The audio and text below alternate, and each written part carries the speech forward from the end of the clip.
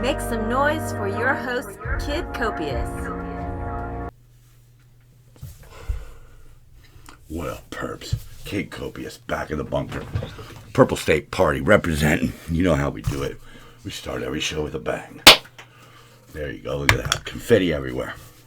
Jumping right into it. As always, we're trying to keep it lean and mean. So today's focus is going to be on heroes. You know, people who deserve our admiration, deserve to have their names on everybody's lips. I'm going to start off with a couple of these officers here who were savagely ambushed. Sitting there. Guy comes up and starts shooting them. You've probably seen the video. You know, you could read what they went through. You know, imagine you and your friends sitting in a car. And somebody comes up and starts just shooting right into the car. Bang, bang, bang. You know, now you got to try to save each other's lives. You need to call for help. You need to try to remove yourself from the situation or protect yourself however you can. And when you call for help, you're going to be calling these people. You're going to be calling cops. And it's something that's getting absolutely lost. You know, these men and women are out there every day. They are the first responders. They are the first responders. They're the ones that are on the scene first. They're the ones who are giving the Narcans and the CPR and the emergency medical attention when they roll up on a scene. They're the ones out there driving around. You don't see paramedics. You don't see firemen driving around looking for trouble. It's the cops. It's the men and women of the police force. You know, one of the ugliest things I've ever heard was when Garcetti called them killers. Because that's not what they do. They spend most of their time saving lives, protecting lives. Yeah, there's bad apples. There's bad apples everywhere. Doctors, priests, teachers, human beings. Yeah, they are. I'm not denying that. But these are the real heroes because they're out there. They're out there. They chose to do this as a job. They chose to put themselves on the front line. These aren't even frontline troops. These are like the paratroopers in World War II. Flying in on gliders, you know, with just what they can carry on their back. Maybe in a sack attached to their belt. You know, they're out there, man, every day. Trying to make the world somewhat safer, somewhat better. And they're vilified nowadays, you know. Very few places are like Home Depot and take a stand. Okay, for those of you who don't know, because it's trending right now on Reddit, you know, what's up with all these black and whites with the colored stripe? Well, that blue one is Blue Lives Matter. There's ones for emergency workers and stuff like that. But the cops are the ones that are out there, man. Think about that. Paramedics aren't driving around. Somebody has a heart attack in a vehicle, it's going to be a police officer, highway patrol. You know, gunshot victims. You know, they're often getting their first medical attention from police officers. Even fires, you know, car fires especially. Police roll up on something. They got to do what they've got to do. They don't always have a ton of backup. They don't always have a whole company of firefighters behind them. They have to do what they have to do in that moment. And these officers manage to save each other's lives. And they're heroes. They deserve to be recognized. Not some of the people we're recognizing now. You know? And even somebody like LeBron James. LeBron James. You know? It just really goes to show you, like, the upside down world we live in. Because we could all live without LeBron's talent. Pure and simple. We could all live. I mean, doesn't affect my life at all. I'm done with the NBA. But the big top story was that Judge Ginsburg died. And,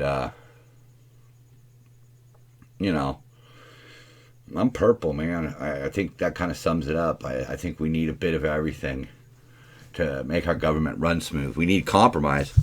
We need people who are willing to compromise, and we need people who are willing to stand on certain principles. We need a mixture of male and female, black, white, yellow, brown, all the colors of the rainbow, you know. But what I really took away from this was the way that, you know, Trump just heard about it, and he spoke from the heart, and, you know, she just died. Wow, I didn't know that. She led an amazing life. What else can you say? She was an amazing woman, whether you agree or not. She was an amazing woman who led an amazing life. Yeah, we don't have to agree on everything, but we need those both sides. We need those varying opinions. We can't just have a bunch of yes men. It's dangerous, like we see here in California, when one party controls it for so long. You know, we are living proof here in California of the need for balance and compromise. You know, it's a really sad day. I hope Trump makes the best of his nomination. You know, I'd like to see somebody purple in there. You know, maybe somebody that the Democrats can't argue, because you know we don't need any more of these shit shows, man. But you know, we'll have to wait and see. We'll have to see. I'm not going to be pleased if he goes for somebody extremely right, because we don't need that. I don't view the world that way. There needs to be balance, and hopefully he brings balance. Personally, I think it'd be funny if he nominated Joe Biden and then Joe couldn't run for president, and so he'd win by default. I don't think it works that way, though. Well, anyhow, moving on to Celebrity Corner now. So, somebody who I grew up listening to,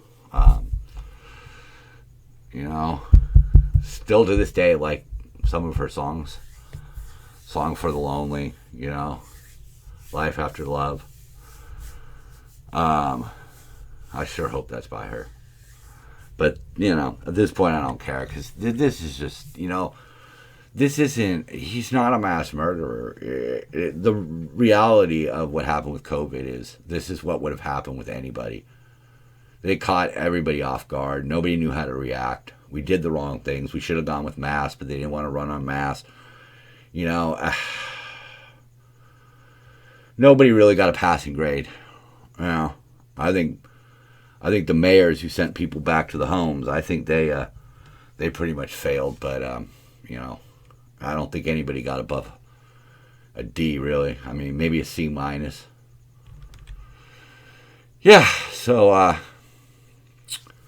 you know, again, this is why I really don't. I really wish I didn't know how celebrities that I follow, how they feel about things, because they open their mouths and they're just, you know, it's just more of the dumbness. It's the whole, if Trump wins, I'm going to move out of the country, and they don't. You know, it's just, the media loves to whip us into a needless frenzy. Oh, here we go. Candace Owens, as usual, pretty much hitting it out of the ballpark. If you're trying to play one side off of another side, you need to have friction. And this goes right to the heart of the matter right here. You know? You keep us left and right fighting with each other, and we don't see the bullshit in the middle. And there's a lot of bullshit in the middle. So tonight, you know, it's dedicated to a certain person, and Alwyn, Cashe.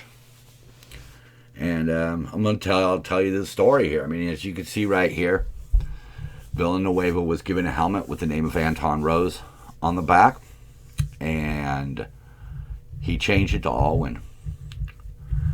Well, Antoine and two of his friends decided to settle a beef. So they drove out and opened fire on the victim, who returned fire. I mean, obviously these were not good guys. I mean, Wikipedia says that Antoine did not have a significant record, but his friends did, and the victim fired back, so he was carrying a gun. They were all illegally armed, so I'm guessing maybe there was some sort of gang activity or, you know, something going on there. But so Antoine and his friends take some shots. 10 minutes later, the police pull up. 10 minutes. They see Antoine's car. It's got bullet holes in it. They pull it over. They get one of the guys in custody. Anton takes off running, and he gets shot. But before he got shot, he was participating in an attempted murder. He was trying to take somebody's life. He was seen on video in the car. There is no debate as to whether or not he was driving the car. It's right there. It's the car. It's him. Right there. And he ends up dead and on the back of a football helmet. So Alwyn here, he's also a black man. He's 35, and he also got in trouble in a vehicle. His vehicle was a Bradley fighting vehicle. He was serving over in Iraq. An IED went off. He was thrown from the turret, and yeet. He landed in relative safety, soaked in gasoline, or fuel. I guess I should say fuel, because they're probably not using gasoline. So what does he do? Does he try to stay safe? Does he try to run away? No, he runs back to the burning vehicle. Over and over and over again, he runs back to the burning vehicle. And he pulls soldiers out. And he helps load them onto the evac vehicles. And 3 weeks later, he died from burns. Because he basically got set on fire rescuing these people. Burns over 70% of his body. Spent the last 3 weeks of his life either doped up or in pain until he died. And he doesn't rate a helmet, but a guy who was trying to settle a beef by killing the other guy, he does. Now, police officer might not have needed to fire. I mean, in all honesty, he was a fleeing felon. The officer was found not guilty of all charges. So I don't understand why this guy's martyred on a helmet. I don't care that he could have turned his life around. He was trying to end somebody else's life. Alwyn was out saving lives. Why is his name not on the back of helmets? Why aren't all of our soldiers who died gallantly? You know, they've got Alwyn up for a Medal of Honor right now. He already got a Silver Star. They're fighting to get him a Medal of Honor right now. Because he risked his own life, enemy fire and fire, to save other people's lives. And we're not commemorating them. No, we're commemorating a felon. A felon who contributed to his own demise. You know? Alwyn contributed to his own demise by trying to save lives. Antoine by trying to take lives. Seems like a no-brainer to me, but, you know, that's the world we live in right now.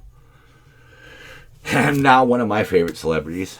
I mean, I liked a lot of his movies, so it's interesting to be following this guy via other people. You know, I follow him, but usually other people beat me to the repost. But I love this one. Hey, Governor, why does climate change stop abruptly at the Canadian border? I don't know. But our mountains are burning, as usual, this time of year. They're not cleaning up the forest. They're not going out and providing breaks. They're not out there posting people ready to go. I mean, this is a no-brainer. We know this is going to happen every year. You know, and we're building bullet trains to nowhere, but we can't even clean up our own forests. It's stupid. Hey, here's another. This one kind of just blew my mind, but you know, I always thought of Chris as a smart guy. So, I mean, it's true. You know, we had our eyes off the prize, man. We were worried about a stupid impeachment that was based on fraudulent documents instead of, you know, keeping our eye on the ball. I'm not saying Pelosi and the impeachment is really to blame. The coronavirus, the COVID-19 is to blame. Nobody was going to do anything about it. But it's possible that if we hadn't been dicking around with this shit, maybe we could have done something about it. Maybe we would have had a slightly better reaction. I don't know.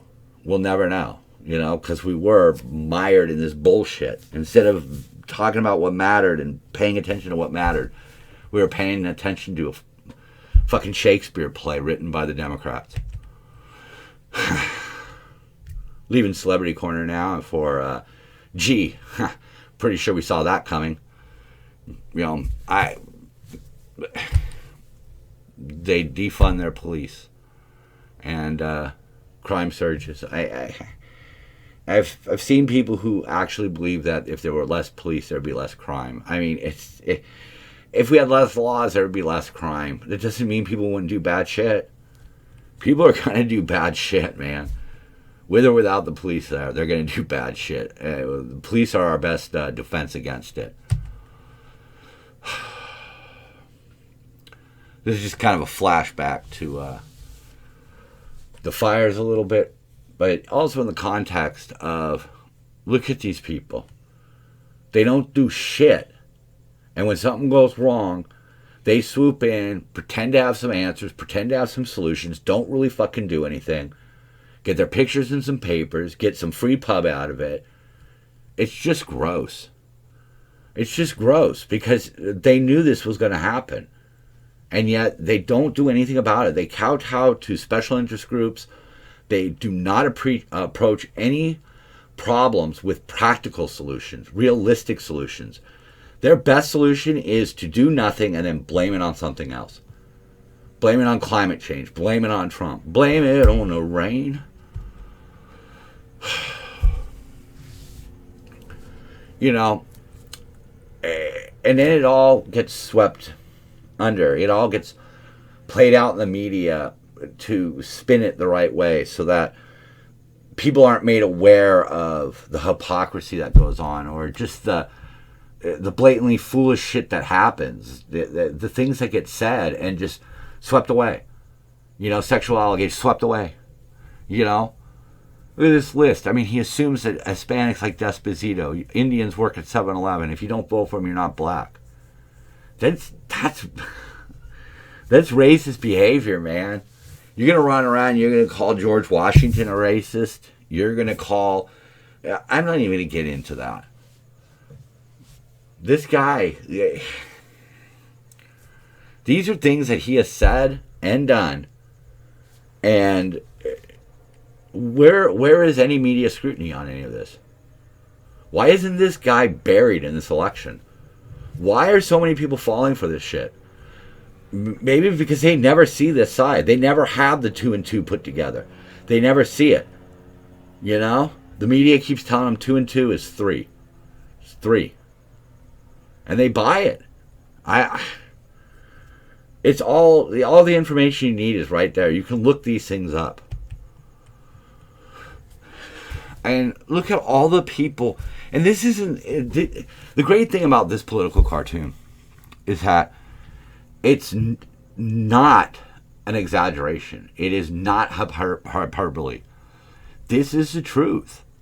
These are the people who are not allowing there to be any discussion about Biden's real faults, about Kamala Harris's real faults, their true intentions, what that really means.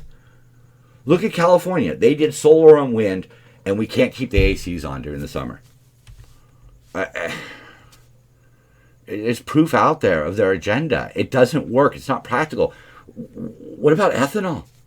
I don't even want to get started on all that. They're just propping him up. And the problem is that they're essentially propping up a carcass. A dinosaur. This is not progressive. Kamala Harris is a flip-flopper. Joe has turned into a flip-flopper. These people have been in politics too long. Say what you want about Trump, but you can't claim that he's a career politician. So now we're moving into some of my favorites here.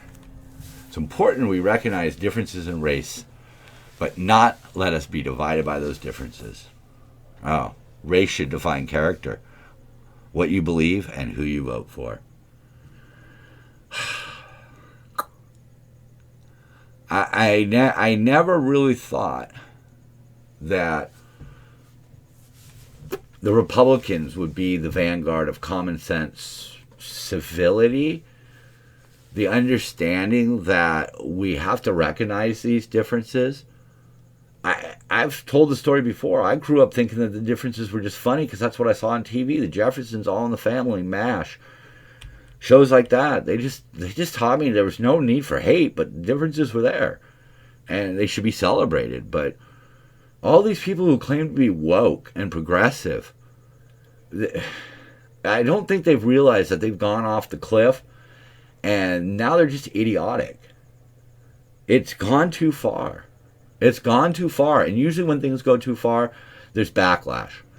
And the backlash, we don't need it. We've moved past all this, but they're trying to drag us back 50 years. The Democrats are trying to drag us back 50 years. Trying to make sure that we're all separated by just putting out lies, putting out half-truths, not explaining what things really mean. And the NFL putting, just because you were black and the police killed you, you get your name on a helmet? I mean, come on. We have heroes out there of color. Police officers, military personnel. Most of the LAPD is Hispanic. We should be celebrating the fact that here in America, everybody has had a success story. Everybody, every race, every nationality, every creed, religion, orientation, you name it. They have succeeded in America. Nowhere else. Nowhere else have people succeeded with the great variety that has happened here in the United States. Everybody. Everybody. If you can find one, put it in the comment section. Everybody succeeded here. This man died freeing slaves. He died because of it. You could argue that there was lots of other factors that went into it. States' rights, the economy of the South, all that. Yes. But for the sake of what they said about him, and to be honest with you, I don't even know if he was a racist or not. I do know that he thought that the Africans were going to leave, that they were either going to go down into the Caribbean or back to the continent. I don't know. But he did what he had to do. Whatever he believed. He put all that aside and he did what he had to do and he died for it. And now they're going to smear him while propping up people who are involved in shootings and rapes and robberies. Stupid. Really dumb. And the reason why the stupidity is so unnerving is because of this post. My favorite. Mice die in mouse traps because they fail to understand why the cheese is free. Same happens with socialism and liberalism and progressivism. We start worrying about the environment more than the people. We got to stop polluting, but we've got homeless people invading some of our cities. We've got hunger. We still have hunger in this country. And we are more worried about climate change than we are about people starving to death presently, undernutrition, underdeveloped, undereducated. We need to worry about humans first. We need to stop polluting, don't get me wrong. But sinking trillions of dollars into unproven stuff that might just turn around and bite us in the ass. I mean, again, electric vehicles. Look into them. Horrible contempt. They won't put up a nuclear reactor, but they want us all driving around with lead acid batteries and shit like that in our cars. I mean, come on. That's what I mean. But meanwhile, there are people out there hurting. There are people out there struggling needlessly. They're starving. They're in desperate need of help. And we don't even have mental health facilities. We don't have places to lock up drug offenders and try to get them back on track. One of the reasons why I feature those police officers at the beginning is because despite all my run-ins with them, despite even the brutality that I've suffered, all of that, the bogus arrests, all of that, I know it was all me. I'm the one who put myself in those positions. And I'm also grateful to the members of law enforcement who did arrest me and the judge who gave me that choice, rehab or jail. Because I wouldn't be here. If I'd never gotten arrested, I probably wouldn't be here right now. And that's straight up truth. Police saved my life. Copious.